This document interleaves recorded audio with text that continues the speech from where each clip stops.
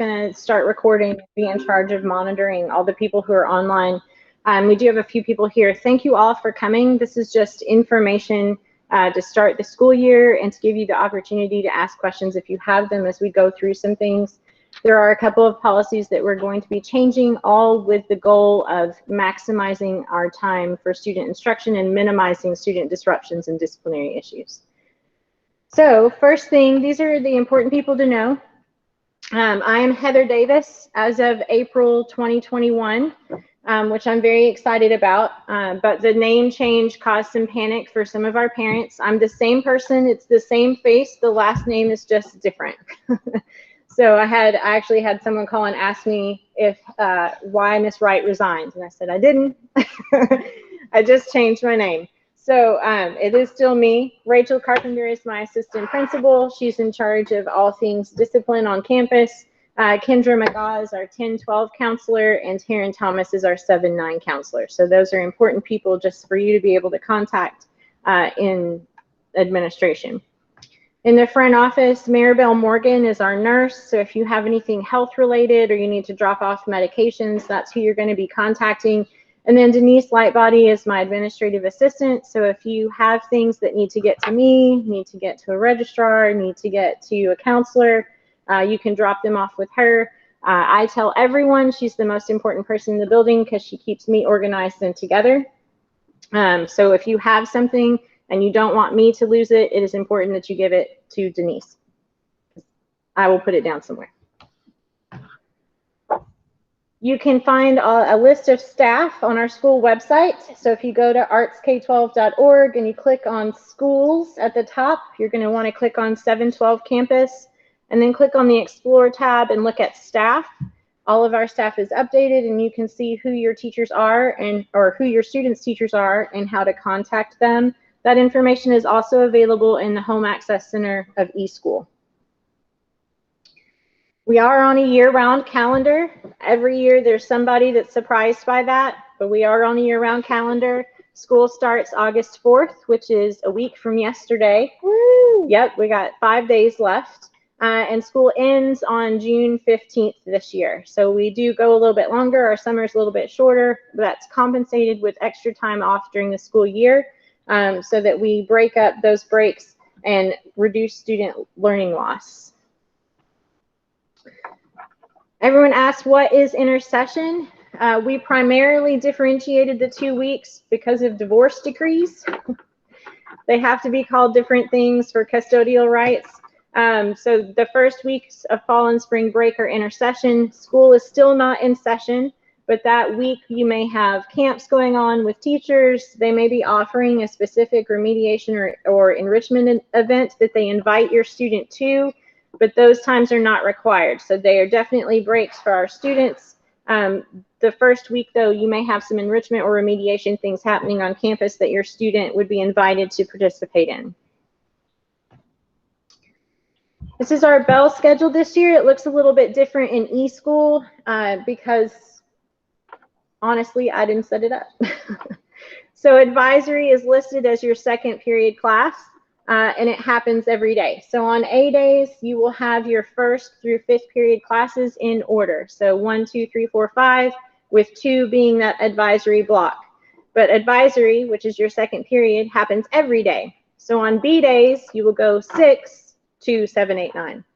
So you'll go to your advisory after 6th period, just like you go to your advisory after 1st period. Fridays are fast Fridays. So our classes are about 45 minutes long. On those days, you'll go to 1st and then 3rd and then 4th and 5th, and then you'll go to 2nd, which is your advisory time. Advisory on Fridays is a little bit longer.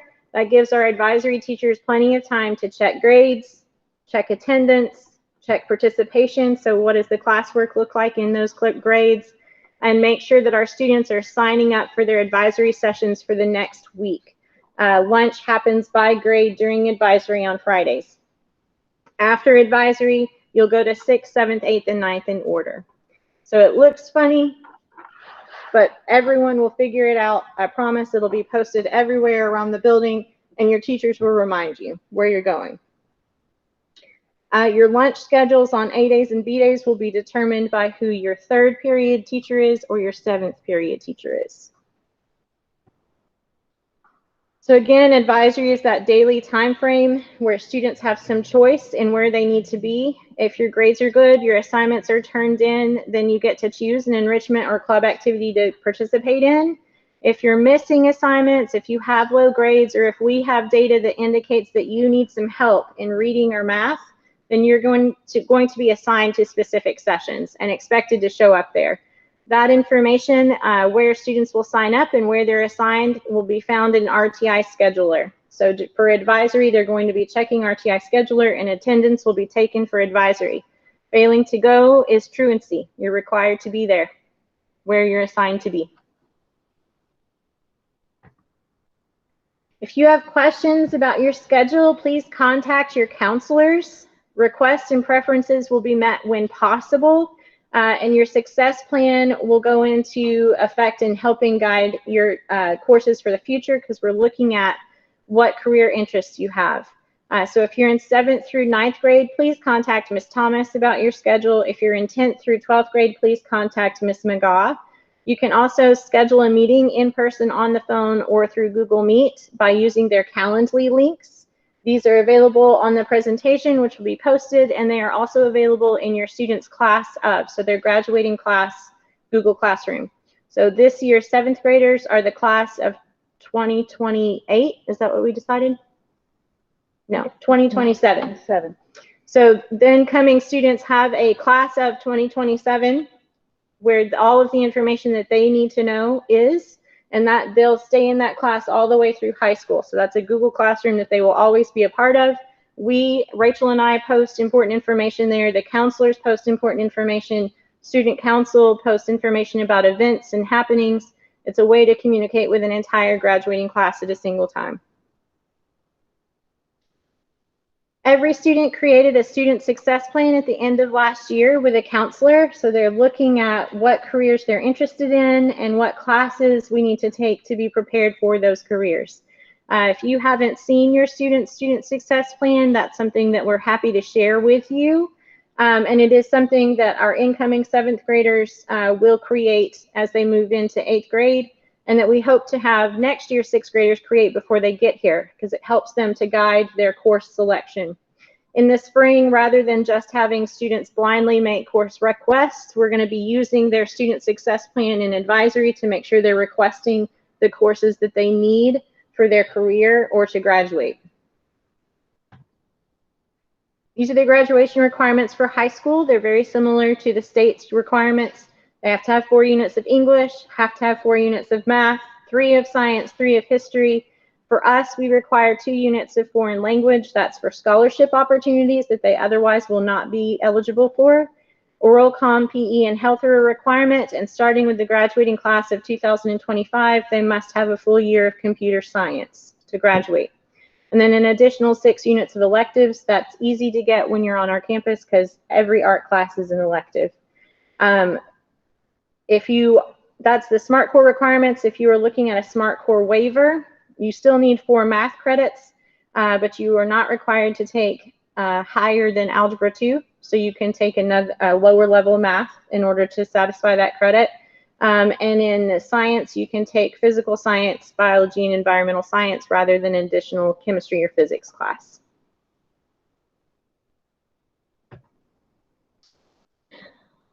Students in grades 9 through 12 are promoted to the next grade based on the number of credits they've earned.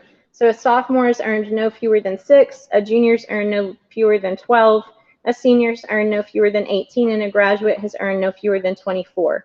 Students are scheduled for 8 classes every year. So 8 classes every year across 4 years is the potential for 32 credits. So they have more than enough time to get all of the credits that they need in for graduation, even if there's a hiccup along the way and they need to repeat something. Our goal is that we're going to catch those early so we're not repeating anything. A student who's failed a class required for graduation may retake that course the following year or following semester, or pay to complete the course digitally for pass-fail credit. So we do that through BYU. They have an online program that the student works through. and we monitor their progress and give them their final assessment on a pass-fail basis to earn credit for something that they do not want to take again in the classroom. GPA is calculated just like it is in college. An A is 4, a B is 3, a C is 2, D is 1, and F is 0. AP courses are the only courses that are weighted, where an A is 5, a B is 4, and a C is 3. D's and F's are still counted as 1s and 0s, respectively, and each student's ranked in their class at the end of the semester according to their overall GPA. Right now, those rankings determine honors graduates, salutatorian, and valedictorian of the class, and they can be used in college and scholarship applications. We have lots of extracurricular opportunities at Arkansas Arts Academy, and we're always looking to expand those because we want our students to feel a sense of community while they're here and to be participating outside of their classes. Currently, we have an art club, a STEAM club, a Minecraft club, a thespian society, National Junior Honor Society, the National Honor Society, Student Council, knitting club, gardening club, Dungeons and Dragons, a cheer club, the Black Student Union, a mindfulness group, peer ambassadors, and several others that are not listed here. There's a full listing of all of the clubs and what they do on Student Council's club website, which is listed here. It's also available on the main website. And we invite students, if there's something that you're passionate about that you would like to share with others, you're welcome to create a club of your own. There's a club startup form that's available in the office. You just have to fill it out, find an adult who's willing to sponsor that activity with you, and tell me when you're going to meet, and then I'll tell you whether you're approved as a club or not. Some important sites to have this year, just to remember, the eSchool Home Access Center. That website is linked to the gradebook on our school website. You're able to see students' grades, their schedule, their attendance, and discipline referrals there. You can also access teacher contact information. My Payments Plus allows you to add money to student cafeteria accounts, which all student meals, breakfast and lunch, are free this year, so that's not necessary. To buy tickets to events and to purchase parking passes. So if there's money exchanged, using My Payments Plus is an easy way to make that happen and for us to keep track of it. The Arkansas Arts Academy website and the Arkansas Arts Academy app are both ways to find out what's happening on campus. The app is especially useful because you can get notifications. We can send you push notifications about things that are happening, and you can choose the campuses that you want to get notifications about. I happen to have students on both campuses now, so I would ask for notifications from both the elementary and the high school, as well as district notifications, so I would be on those distribution lists. The live feed has just information and reminders about what's happening. News has longer articles about what's happening on campus. The event link is linked to the public event calendar, so you can see things that are coming up. And when they're coming up, there's staff communication there, dining, which is the menu, and documents that we need you to know about. So both of those are good places to find lots of information about our school. This is it's not new, but it's one that hasn't been used frequently in the past year that we're really going to push with students and with parents. It's the Stop It app, and it's an anonymous reporting tool that allows you to start an anonymous two-way conversation with administration about issues in classrooms. So this link will be linked on their Chromebooks in class, so that if there's an issue in class with someone bullying them or something that makes them uncomfortable, they can report it anonymously, and we can text back with them if we need more information, if we need to know if they're in immediate danger, those kinds of things, without knowing who they are. So it allows for two-way communication. You can also download the app to a phone, and students can use it at home. So if cyberbullying is happening with a classmate, they can take pictures of what's happening on their phones, download that into the Stop It app, and send it to us. It can also be accessed on the Chromebook while they're at school. The code specific for our school is AAA, all uppercase, diamonds, HS. So they'll put that code in and then be able to communicate with us about what's happening with them.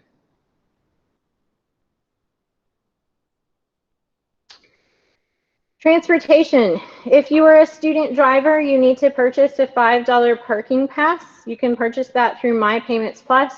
The student parking lot this year is on Cherry Street and 5th Street, so that students will no longer be blocked by car line in the afternoons, and car line won't be impacted by students trying to leave.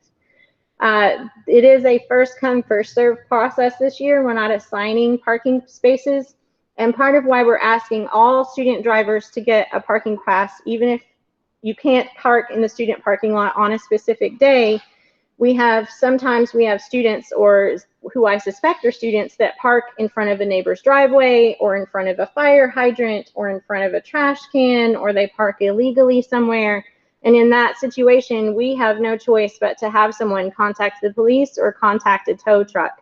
If you have a parking pass, then I know who that vehicle belongs to, and we can get you to move your car and then have a conversation about where you can park your car legally and safely.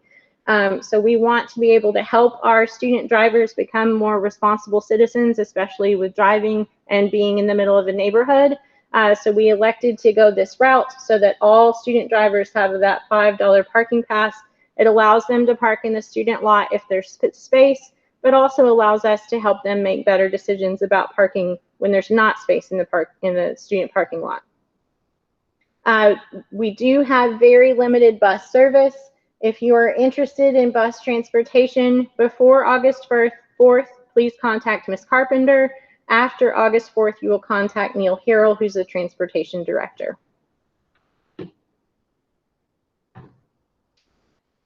There is a map on the website of the campus that describes how Carline works. We do start Carline on 7th Street, turn left onto Cypress, and then left onto 6th Street before turning right onto Poplar and making 2 lanes through the Carline. This is a process that takes a little bit the first week, so we always ask for patience the first week. Work with us, let us work the kinks out, let the kids get used to it. After that first week, we get Carline done usually in under 5 minutes, but for definitely under 10. So it works quickly. Teachers will be parking in that lot this year. No teacher should be leaving before 4 o'clock because of their contract time, so that we don't have to worry about teachers pulling out into Carline and having to stop Carline in order to let people leave. So this is posted so that you can see it. We'll be out the first week. I'll probably be at the corner of 7th and Poplar reminding people that that's where they need to turn for a while, and then asking people to move. Eventually, the city of Rogers, I think it's actually next year, plans to add parking all the way down Poplar on our side of the street, which means Poplar will become a 2-way only street, and coming down, not following the 7th Street to Cypress to 6th Street pathway will block traffic, and then you'll be cited for doing so. So please help us out and follow the route that the Rogers Police Department has laid out for us. In doing so, please make sure you're not blocking traffic and that you're not blocking driveways.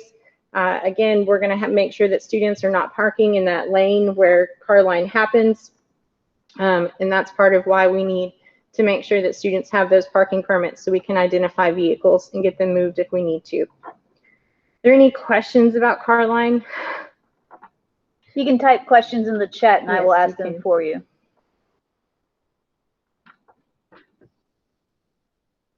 I will say sometimes we have parents who elect to have their parents or their students walk downtown to meet them rather than sitting in Carline. That's fine. We just ask that you park east of 4th Street.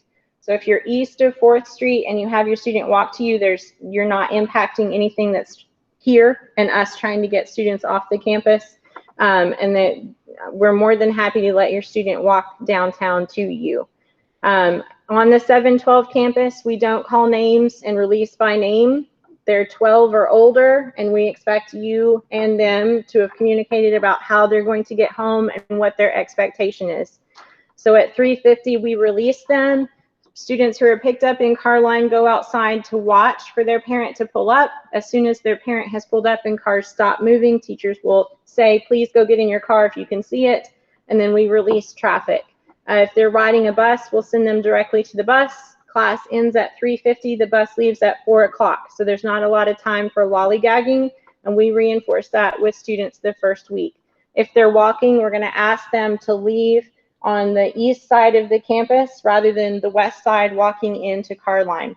And yes, if they're walking west, that means that they have to walk around the building. But that way we know that they're not walking directly into traffic after school.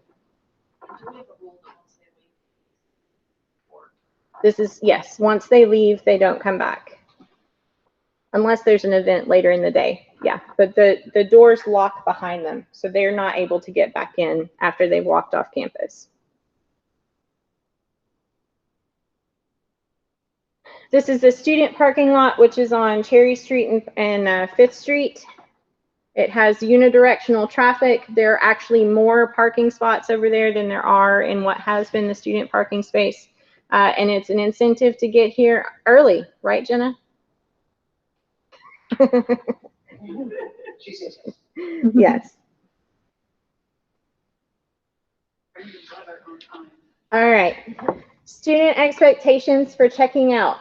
7th through 11th graders, a parent or guardian must come to the office or call the office from right outside the doors. Like, you have to be here in order for your student to check out. We do verify your identity when you come to check out your student. So if you're in the building, we're going to ask you to see your driver's license.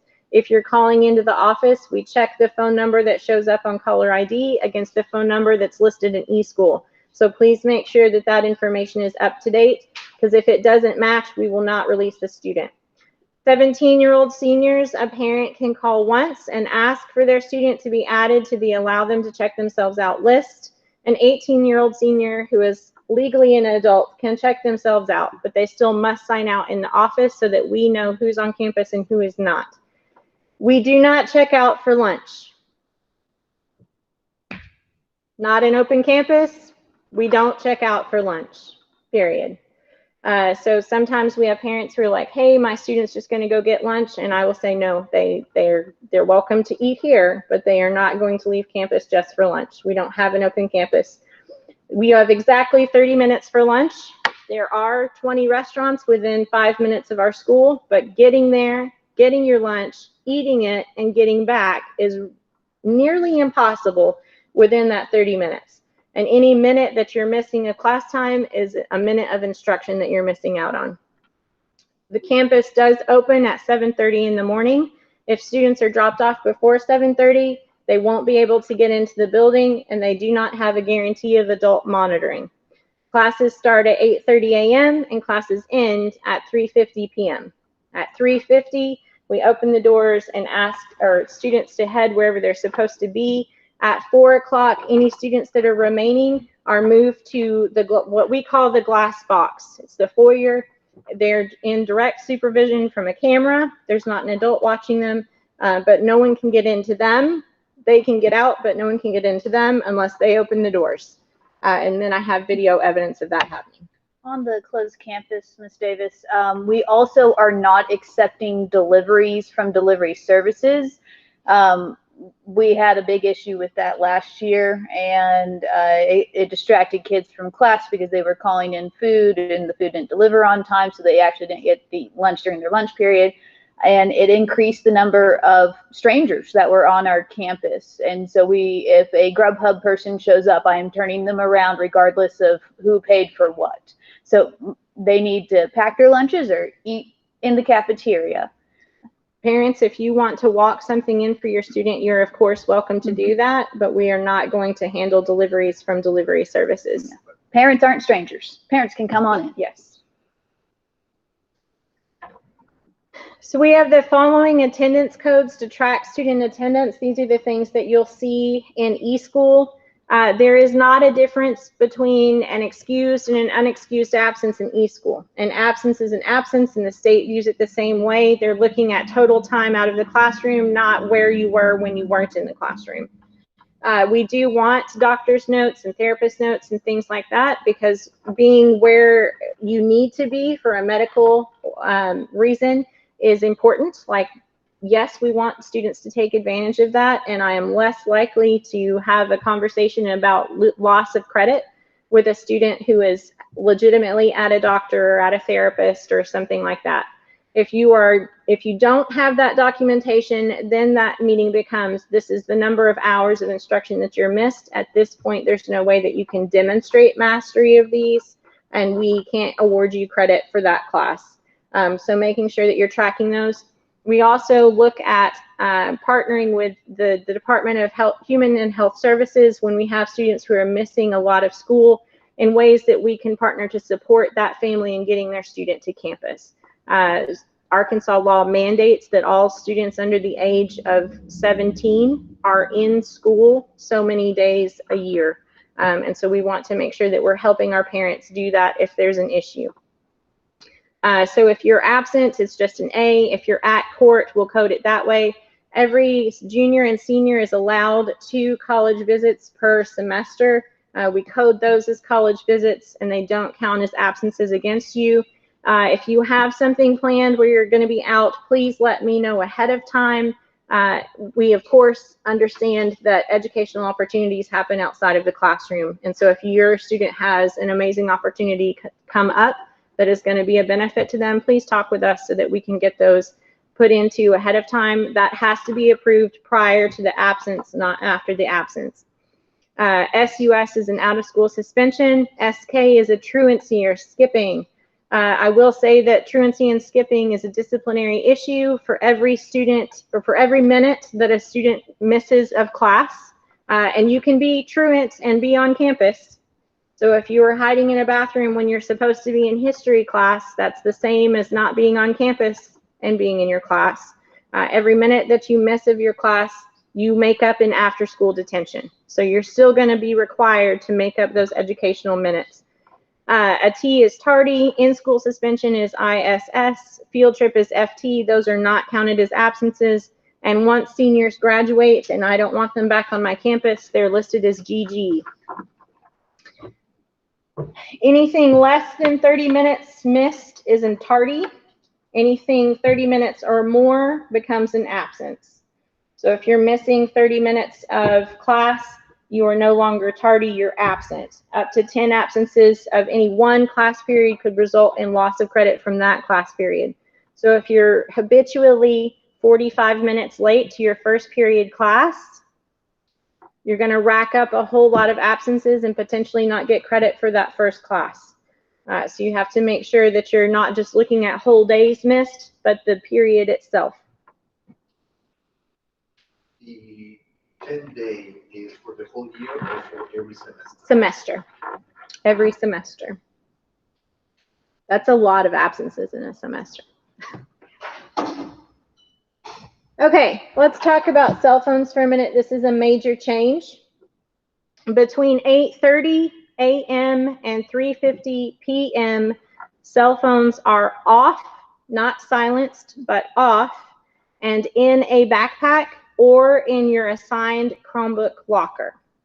So we have Chromebook lockers all over campus. They have charging stations built into them. So you can bring a charging cord, plug it in, plug your phone in. It can be fully charged all day long. And when you leave, you've got a phone that's ready to go, ready to communicate at the end of the day. We are doing this because we want students focused on instruction, and we find that cell phones are a major distraction to their focus. They also are a disciplinary issue. One text sent to one person that's misread, misconstrued, or purposefully hurtful can disrupt learning for an entire day. So we're asking that cell phones be put away and turned off for the entire day. Next week, on Wednesday, Thursday, and Friday, the first 3 days of class, we will very kindly remind students, hey, you're not supposed to have your cell phone. Please turn it off and put it away. On Monday, there are no more nice warnings. So the first offense of you having your phone out when you're not supposed to will be taken and given to either Rachel or myself, and the student can pick it up at the end of the day at 3:50. They will be turning it off before they hand it to us because we don't want to listen to buzzing phones the whole day. And the second offense, the second time that we see it, the phone will be taken and we're going to call a parent and ask a parent to come pick up the phone. And we're just going to have a conversation with that parent about why we have the policy, why we're choosing to enforce this, and what we think is important about being here, what we want students to focus on. This does include at lunch, so students will not have their phones at lunch. We find that walking through the cafeteria, you can have 6 kids sitting at a table and none of them are talking to each other. They are all texting each other or using apps, and we want our kids to learn how to build interpersonal relationships and have real conversations. So the counselors, myself, Ms. Carpenter, will be available to help facilitate that.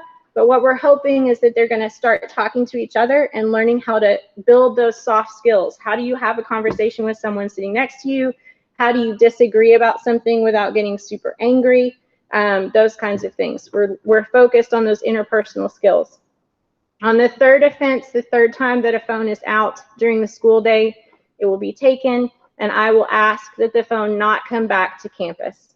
If it has to come back to campus for communication reasons, we will ask that it be checked in at the beginning of the day and checked out at the end of the day. And that will be an ongoing spreadsheet that Ms. Whitebody will keep track of. I promise you can do it. And this is what the other high schools in the area are doing. This is not a Arkansas Arts Academy specific thing. But we are one of the only ones with Chromebook lockers, I believe. So you can charge your phone. Charge your phone all day long. I can't tell you how many times Miss Guzzi last year got asked, do you have a phone charger? Yeah, there's one in your Chromebook locker. Just bring a cord. Just bring a cord. All right. For Chromebooks, students can leave their Chromebooks in their lockers instead of taking them home every evening. In fact, it's what we would recommend unless they need their Chromebook at home. A lot of Chromebooks get damaged in transition between school and home. Those are school devices, school property, and it's expensive to replace broken Chromebooks.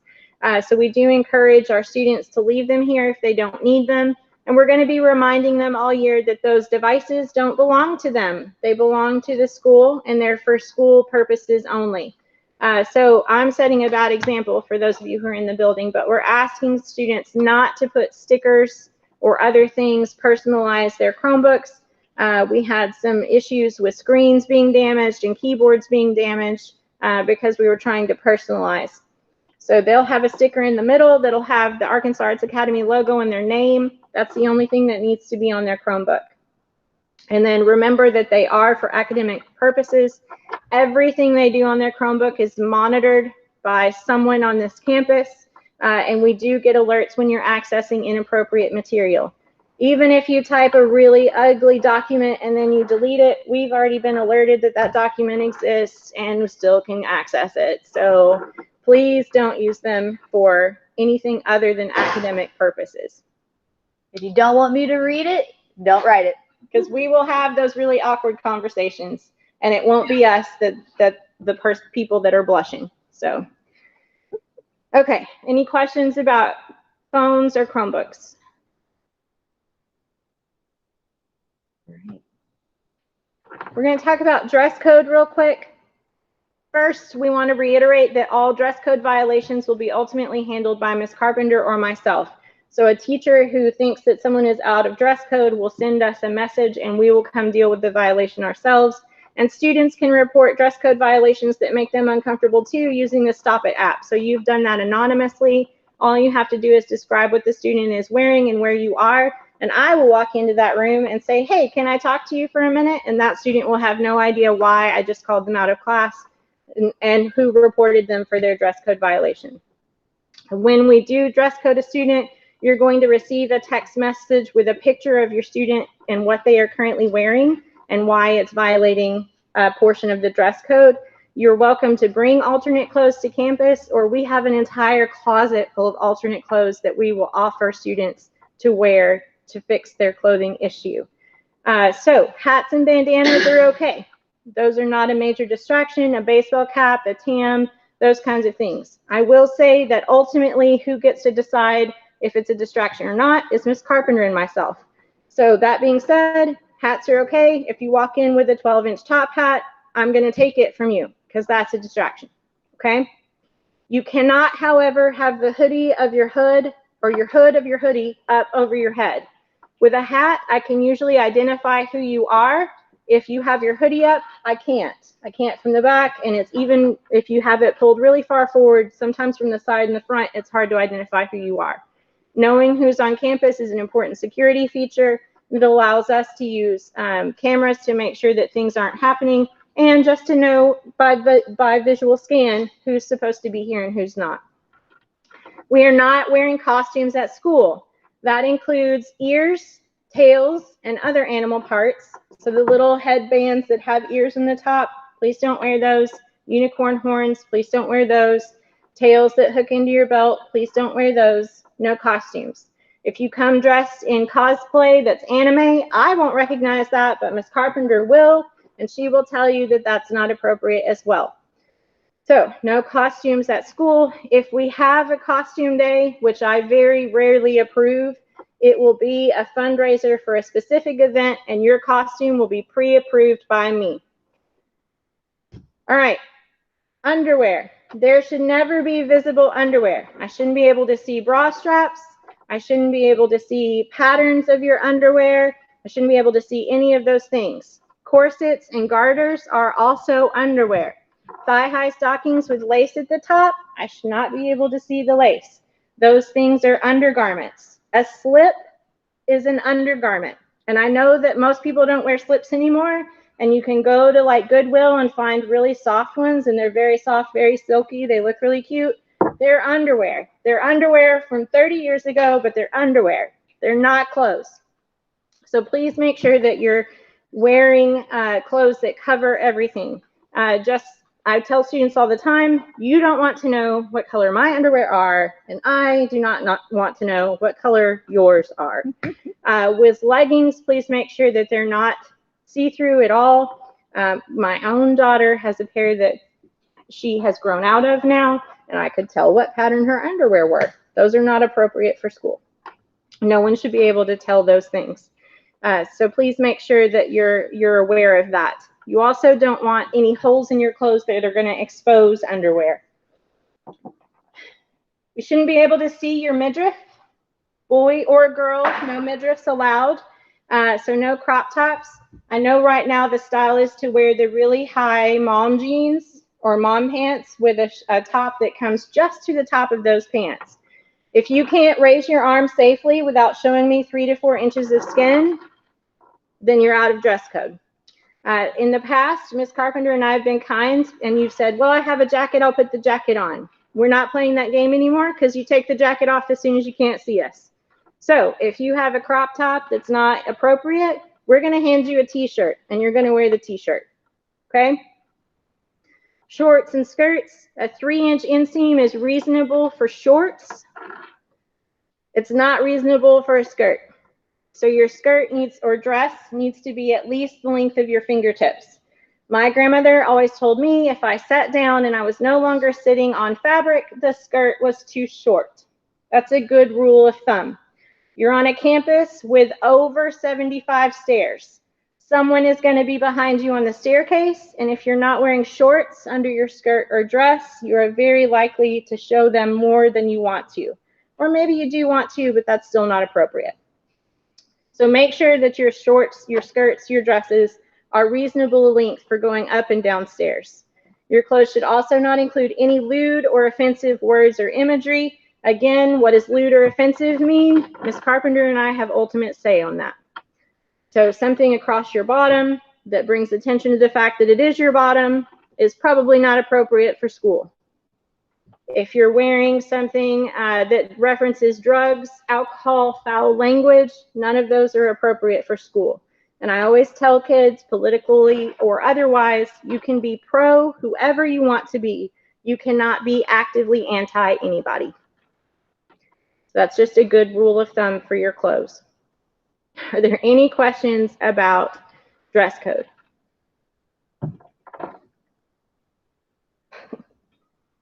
This is my least favorite part of my job. I was going to ask for clarification on like costumes. Does that include theatrical makeup? It does include theatrical makeup. So, girls, you can wear makeup. Boys, you can wear makeup. That's fine. There's a difference between makeup we wear every day and makeup that is intended to be part of a costume or part of a theater production. There are a couple of cases in arts integration where we work on makeup specifically, like putting on burns, that kind of stuff. If you're walking around after an arts integration lesson and you look like your face is about to fall off, I'm not going to say anything to you. If you're just walking in and you have like raccoon band across your eyes or glitter all over your face, I'm going to say, hey, why don't we tone that down? Now, why does Miss Wright or Miss Davis and Miss Carpenter, why do we care about dress code? You never know who you will meet on this campus and what opportunity they might be able to afford you. So there are professional artists that come through here, there are business people that come through here, community leaders that come through here. And you want your first impression to be the best possible impression that you can make, because your future may depend on it.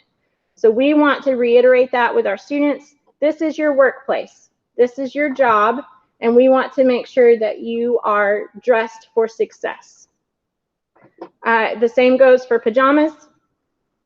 Pajamas are for laying around bed and being lazy, right? They're not for coming to school and focusing on our work. So be comfortable, absolutely be comfortable, but remember that you're in a workplace. That means no blankets. No blankets, no pillows, no stuffed animals. No props. No props. They will live in my office. Capes, flags. Yes, they're not necessary. All of You those don't need would those be for school. pajamas or costumes. But kilts are okay. Kilts Yeah, are just fine as absolutely. long as they are appropriate length. Yes. Don't worry, Mr. Jones. I asked you to pass your fingers. Okay. So in an attempt to make sure that your questions actually get answered and that they don't get buried in my email box, we've created a questions directive. So if you have a specific question, this is who you should be contacting. The first one regards classwork and grades. The first person you should contact about your student's classwork or their grade in the class should always be the classroom teacher. They're going to know what's going on in the class. They're going to be able to tell you what they're seeing and if they have that assignment. I don't have access to those things immediately, and my question when you email me is going to be, have you talked to that teacher first? Because if you haven't, that's what I'm going to ask you to do. If you're asking about concurrent NWAC classes, please contact Ms. McGaw. Schedules in 7th through 9th grade is Taryn Thomas. Schedules in 10th through 12th grade is Kendra McGaw. Anything scholarship related, graduation related, college applications, post-high school plans, that's all Ms. McGaw.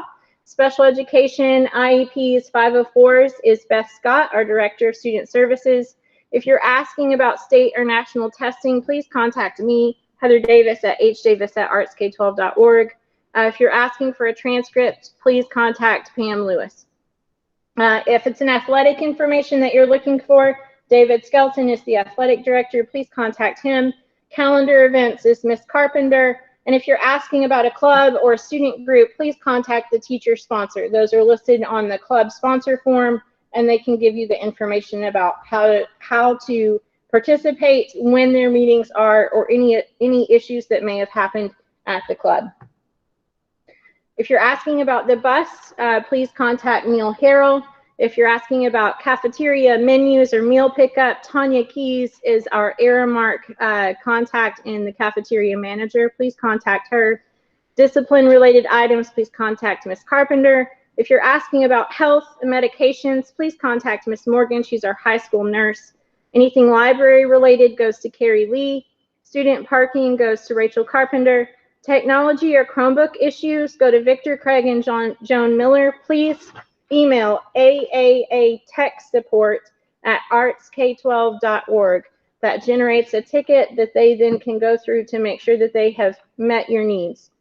If you're interested in participating in the Parent Teacher Guild, Patty Bennett is this year's president. Please contact PTG at AA or ptg.aaa.hs@gmail.com. If you have a question about how to access eSchool or the Home Access Center, please contact Pam Lewis. Lottery or enrollment will also be Pam Lewis. My Payments Plus information will go through Pam. And then if you're interested in volunteering, and we would love to have parent volunteers, please contact Patty Bennett, our PTG president. If you're interested in contacting me about ideas for how to improve school or ways that what you think school should look like, those are what our family voice meetings will be about in the future. So looking at the future of our school, what we want education to look like for our students, and how we're going to drive that forward.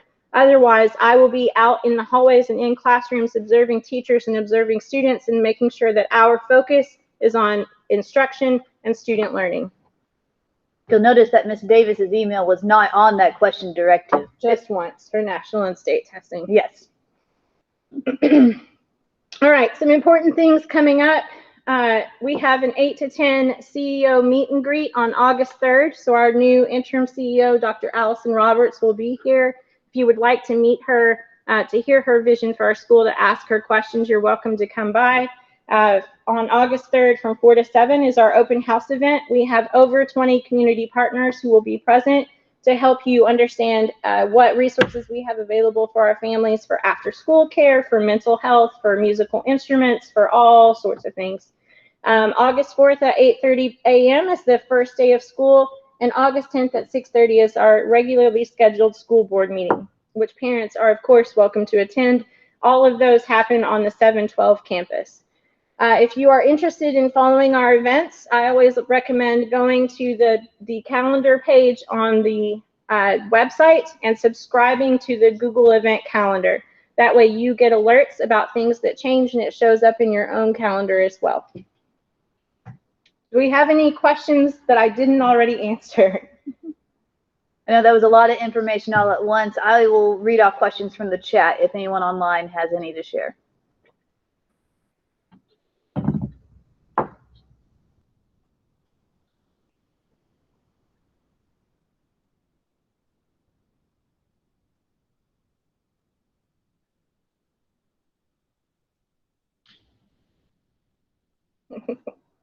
If there are no questions, you're welcome to go. Thank you so much for coming out. We're looking forward to an awesome year, masked or not.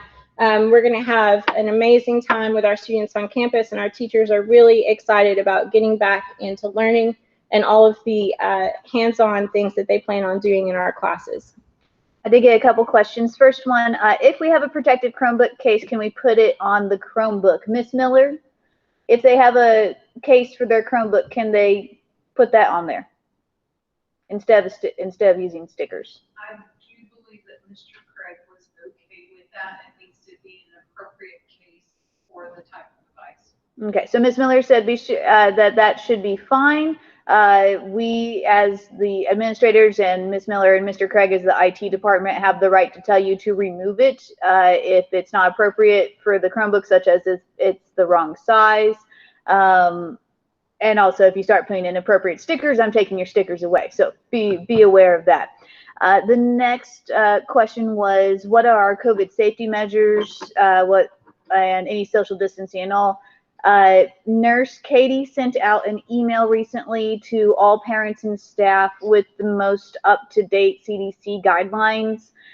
Social distancing will happen as much as possible on this campus, but the majority of our 625 students will be here, and we only have so much space. At a minimum, we're trying to keep students 3 feet apart from each other, which is the minimum that the CDC recommends. I know that the governor released information today regarding masks and the mask mandate. Those are decisions that the school board and administration will make in the next coming days. This changes daily. I know that we'll be sanitizing surfaces just like we have been throughout. There's hand sanitizer all over the campus. Surfaces in classrooms are disinfected with Virex, and we try to limit sharing materials without sanitizing before them as much as possible. So we're looking at a minimum of 3 feet. That's about the distance from desk to desk. Rachel and I are about 3 feet apart right now. You can't see that, but we are. So that's what we're looking for in the hallways and in the cafeteria. That won't be possible. But they shouldn't be there for more than 5 minutes in the hallways, let alone 15. Mm-hmm. Yes, we are offering vaccine clinics. There's one August 20th on this campus. So if your student is not already vaccinated, Information on how to sign up for that will come out soon. There's another one scheduled for November. I know that the Rogers Library is currently hosting vaccine clinics as well, free to the public, and you're welcome to sign up for those. So if you haven't been vaccinated, please consider doing so. And once you do, if you're willing to share that information with the school, it helps us to track better our percentages of students who are vaccinated. Vaccinated individuals are not required to quarantine when exposed, provided that they don't develop any symptoms. So if you're not vaccinated and you are exposed, then you will be required to quarantine.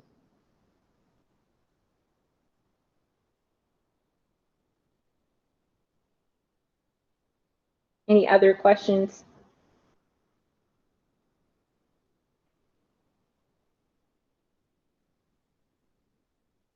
All right, thank you so much. We're looking forward to a wonderful year. If you think of another question later, please feel free to email myself or Ms. Carpenter with that question. We'll be happy to get it answered.